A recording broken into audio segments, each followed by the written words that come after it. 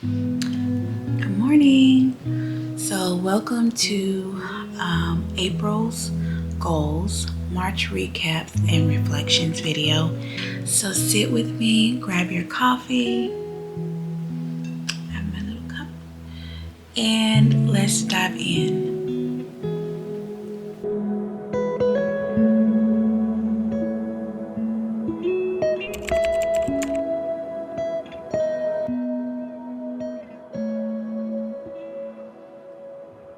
So I have my notes here because y'all know I don't want to miss nothing, and I also don't want to ramble.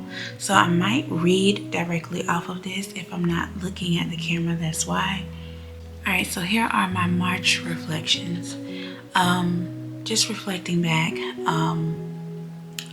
by the last day of March, I realized that if I want to make changes, like true changes that's going to stick, I need to position myself to be more successful in those changes. So in March, I learned that no matter what my intentions were or are, if I don't structure my days a little better, then there's no real way for me to be successful in setting these goals. So I was, just reflecting and saying, if I'm more consistent, then I can be more effective when it comes to getting up in the morning intentionally, 5 a.m., and making sure that I structure each minute or go back to time blocking to make sure that something or everything on my to-do list can at least be touched, so that there's nothing left. So why did I fail in achieving my goals this past month? I believe that even though I set these goals, I had no real intentions of honoring them because I didn't put proper channels in place in order for me to be successful. So what can I do to be more successful in April? Over the last week of March, I know you guys probably seen on the community tab that I had a couple of things going on medical wise, and I did have a colonoscopy, but I decided after that I was going to take the full week to just really fine tune my schedule, my routines here around the house, provide routines for my kids, myself. My toddler has his own little routine.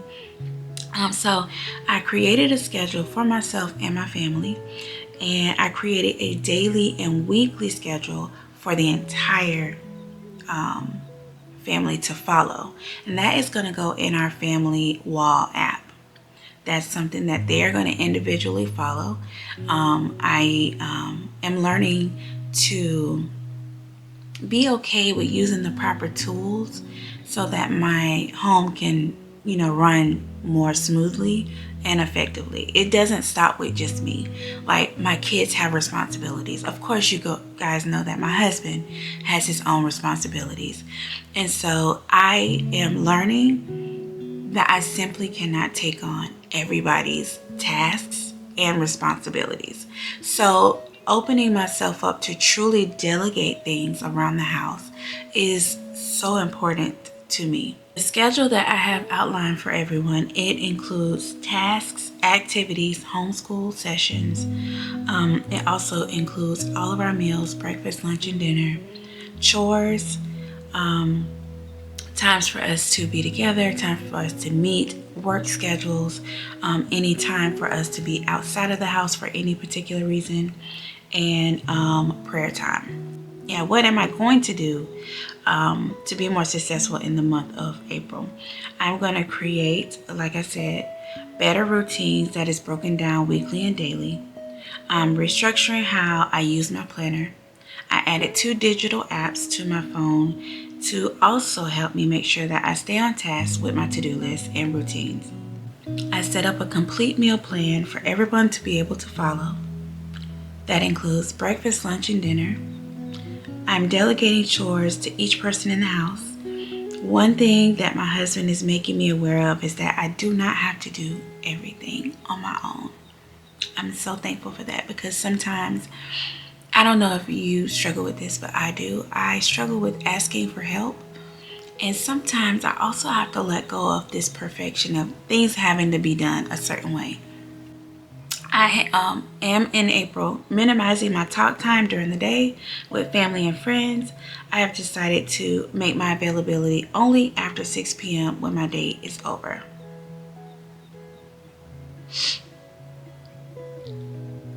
So I am breaking my routines down into time blocks: morning, afternoon, and evening. So each morning there is a routine separate from the afternoon and also separate from the evening. I do plan to share these routines with you guys over the next month or so. At the end of each week, I will be evaluating and adjusting. I will not wait until the end of the month to see what is working and what is not working. And just because I set a routine does not mean it has to be set in stone. All right, so let's go over the March recap as far as like what actually I was successful in doing. So I'm not going to talk about what I was not able to do. If you guys want to go back to March's goal setting video, I will put it up here in the screen for you to click it. But I want to make sure that I kind of just at least tell you guys what I was able to be successful in completing and things like that. So spiritual goals, I was able to actually complete my fasting and prayer each Monday, practice forgiveness, and cultivate more patience.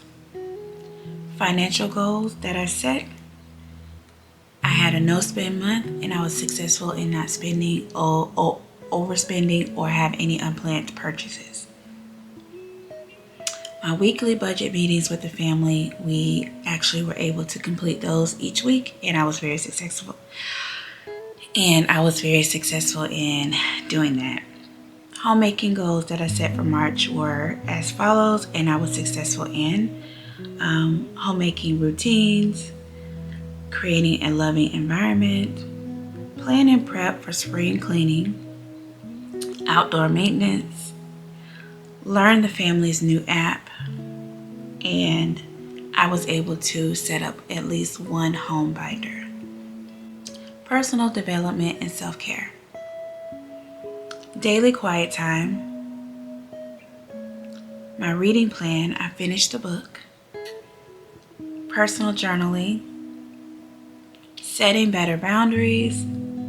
And digital detoxing. All right. So here are my goals for April. For our spiritual goals, we will continue praying together as a family. I want to start attending midweek service during the week. A part of lack of planning and structuring my days, on Wednesday nights when we have Bible study at church, I noticed that I am at the point where everyone is leaving, I'm left behind. Like, I'm either cleaning up, I'm doing something, and I want to get to a place on Wednesdays where we're having dinner by 5:30. The house is completely, intact, and we can be walking out the house, when it's time to go together as a family.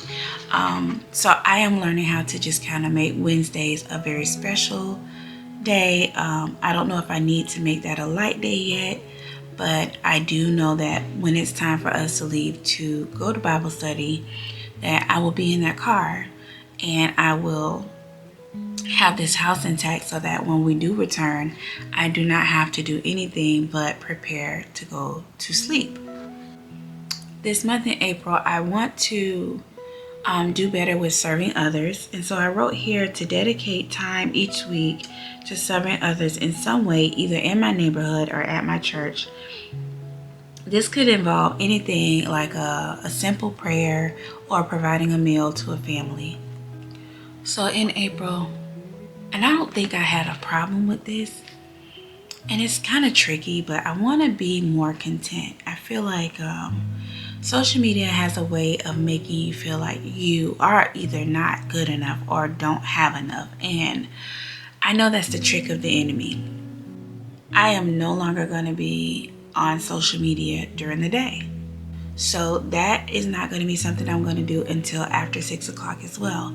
So I want to make sure that there is a healthy relationship with social media. Now, I don't know what it is about YouTube, and I do want to apologize, but once I am off of YouTube, if I post a video or I post a post on the community tab, I noticed that once I'm off YouTube, I'm off. It's like out of sight, out of mind. I don't spend my days on YouTube. I'm off of there, and I don't probably think about it for another day or two. And sometimes that is why I don't respond a lot of the times. It's like I'm just so engulfed in what I'm doing throughout my day. I want to make sure that my heart is lined up with making sure that my home and my family comes first. Everything else outside of my house can wait, and it will wait. And this is a heart posture that I've been working on for some time, and it's good to take breaks from social media. And I encourage it, but I also feel like it's encouraged to be as healthy as possible without having to take long periods of breaks from social media. Like when I say that, I mean months of time off of social media, especially if social media is a form of income for you. It's very important that you develop healthy habits when it comes to, your time when it comes to social media. So I want to continue to practice contentment, stay off of social media to keep me focused on what the things that I am grateful for, and not focus on things that I feel I need that I don't have. That is not important. So I also in April want to foster spiritual conversations. So what that looks like is no gossiping. I don't say, not to say that, but I just have to be mindful. Not to say that I do that, but I want to be more mindful that even if someone is coming to me with it, that I kind of shut down that conversation. So I want to make sure that I am responsible, because at the end of the day, if I am not displaying positive and godly conversation, or initiating it, or trying to turn the conversation around, I am equally as responsible for quote unquote gossiping. And so I try to make sure that when I am talking to my friends, that we stay to the up and up. We cut up, we shoot the breeze, we have fun.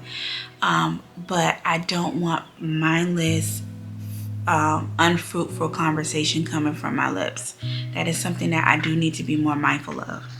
My homemaking goals for April is to continue my home binders. So the home binder that I did complete, it is the food and recipe binder. It is ginormous. I will be sharing that with you in April. I am going to be cooking breakfast for my family every morning, Monday through Friday, because my husband cooks for us on the weekends. That's what he loves, and that's what he does for us and his family. So he continues to does his cooking on Saturday and Sundays, but Monday through Friday, I have decided for the month of April that we will not be buying any cereal, anything with high fructose corn syrup, red dyes. And again, each month I'm going to do something that's going to really help my family in the food department. All of the kids got sick when the pollen came down, and then they started breaking out in hives. I gave them some medicine, and I believe the medicine had red dye in it. And it just sparked this research of me trying to dig up like what has red dye in it. And a lot of cereal has red dye and high fructose corn syrup. So I decided that I was going to start cooking home cooked meals for breakfast and not go the easy route with breakfast. Shop spring bedding. And when I say shop spring bedding, I mean more light. Once it starts getting hot, it's Florida. So once it starts getting hot here, I look for light comforters. A down comforter is very, something we do, but I tend to only do like really light. And I think I'll show you guys that what I mean, because it's hard to explain. Bake bread every Sunday and Wednesday. And then fresh flowers every Sunday, no matter what. I will not miss a Sunday. And declutter a space, one space per week. Now on to financial goals. My financial goals for April is to, again, continue my no spend month. No eating out the entire month. Continue our weekly budget meetings. And set up a new savings goal of $300. My wellness, personal development, and self-care for April. One book this month. I did not have the book. I'll put the name of the book and the link to the book down in the description box because it's early and I forgot to bring it downstairs. My focus for my weight is to lose 10 pounds. I set a new steps goal from 5,000 steps per day to 7,500 steps per day. Track my meals each day in the Lose It app. Spend at least 15 minutes outside to get some sun each day. And continue my search to find a therapist. For homeschool, I am going to completely transition my daughter Zoe Grace back over to Time for Learning. Set up a homeschool binder for Zoran. And find an art class for Zuriel. My marriage goals for April will be to have coffee conversations with my husband every Saturday morning. We're going to continue that. We started that recently and we really love it. And so what that looks like is like how it is now. Early in the morning on a Saturday morning, we wake up around 6 intentionally to sit, talk, pray, have devotion, and nothing's off the table when it comes to our conversations. And then we're going to have 2 date nights this month. All right, and so for YouTube, I think I set the bar a little too high last month. So my goal is to do at least 2 short videos per week. I'm going to edit videos each night after 6 o'clock for 30 minutes a night. I think this is going to help me manage my time better because you guys know editing can be a long, tedious process. And I don't have any days where I have to sit for hours to edit one video. So I will be editing every night, except, on the days that I'm off. I only work Monday through Friday. So for YouTube, I decided in April that I was going to do what I feel is right and natural when it comes to my channel. What I am learning to not do is plan a lot of content. If the Lord is saying post it or share it or record this, that's what I'm going to do. I want to be Holy Spirit led with my channel a little bit more. So I don't know. And sometimes it just doesn't make sense, right? It don't make sense all the time, but I have to trust God that if I'm putting something out, that someone needed to see it. To me, sometimes I'm like, why am I doing this? But yeah, so I don't want to focus on what is working for someone else's channel. And I want to make sure that I just remain true to myself on this YouTube journey. So it's funny because me and one of my friends, we talk about how loud we laugh. Like we have such a loud laugh. We have fun, like real fun. So, and we cut up. So, yeah, I just want to be naturally me and not try to put on for folks. And so I think I'm just learning how to kind of let my hair down a little bit more on my channel. Things that just don't work for me, I'm not going to do. And if I do it, I'm not saying anybody else has to do it. It's just what works for me. So yeah, I just want to make sure that as time goes on, that my channel continues to display an authentic version of myself.